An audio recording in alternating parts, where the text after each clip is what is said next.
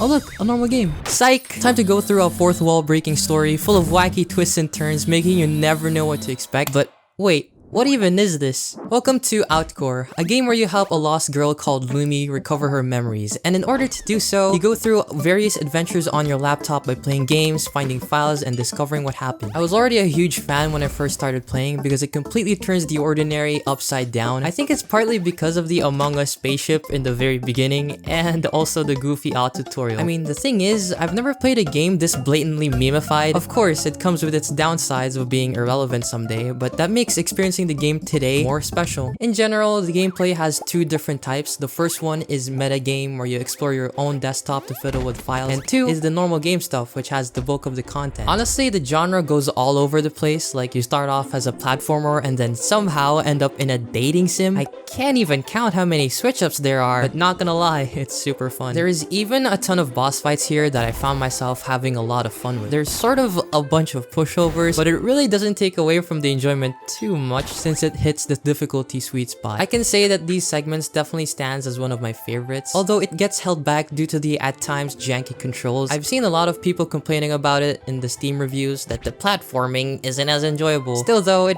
didn't really bother me too much when I was playing, so eh. And if you're wondering if the game runs well, I'd say that if you had a rock, you can run this game because of the graphics mainly being stylized, and that style can look really inconsistent. I am pretty sure it's intentional since it's sometimes used as comedic effect, which also has the added benefit of being aesthetic, so it keeps the game fresh, just like how the music freshens up the gameplay, thanks to the game having way too many songs. On their channel, there's like 46 songs, and the game's only what? 2 hours? It's honestly way too short that it really didn't do the OST justice, because dude, these songs got me vibing. Surprisingly, Outcore covers some pretty deep topics, and one of them is the feeling of monotony in everyday life. Even though the game can get real sad, it still manages to break the tension with comedy. I know it can feel forced sometimes, but honestly, there were times where I completely didn't expect the joke, so I burst out laughing. I legit stopped in my tracks to process what just happened. And you know what's so cool? It's the fact that they take advantage of this being mostly comedy. So when they very blatantly hinted at this evil villain and it turned out to be someone else, I got caught so off guard that I just sat there literally looking like this guy. Don't even get me started on how entertaining the characters can be. So there's this trio of characters that poke fun of cliches, right? Basically, this guy is the embodiment of the main protagonist, and the others are pretty much just side character archetypes. On paper, this seems like a meh idea, but this was executed in a way that made it super fun to witness. Bro, look at this color palette joke that artists can understand. But yeah, there are a lot more funny characters than this that I won't even cover because that would ruin the fun. I also should hold back on covering all the references as well, but like a very blatant Undertale ripoff, man, I can't help it. This is too absurd. And geez, there's plenty more where that came from, but that's for you to find yourself, and I'm sure that in my own playthrough, I missed a ton of the other references, but considering how much I've already recognized, it's kind of insane. You never know what else is here. Dude, the developer even went out of their way to include secrets. Like when I was recording this video, Lumi mentioned that she's being recorded, and I got called out as a pervert. Ouch. I know that fourth wall breaks are common in this game, but like,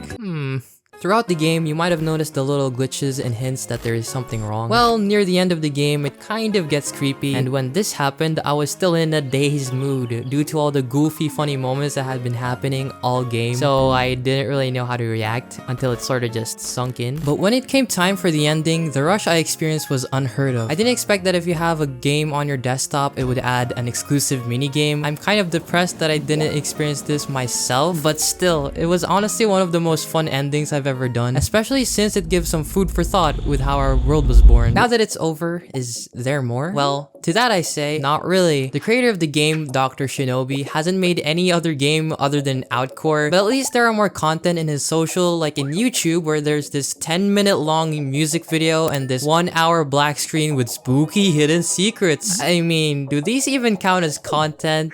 I don't know. But his Twitter though seems pretty normal. I just can't say the same for the DLCs, which is literally just a clown nose add-on and another clown nose add-on, except that it's RGB or something. And yeah, that's pretty much it. So thank you and bye.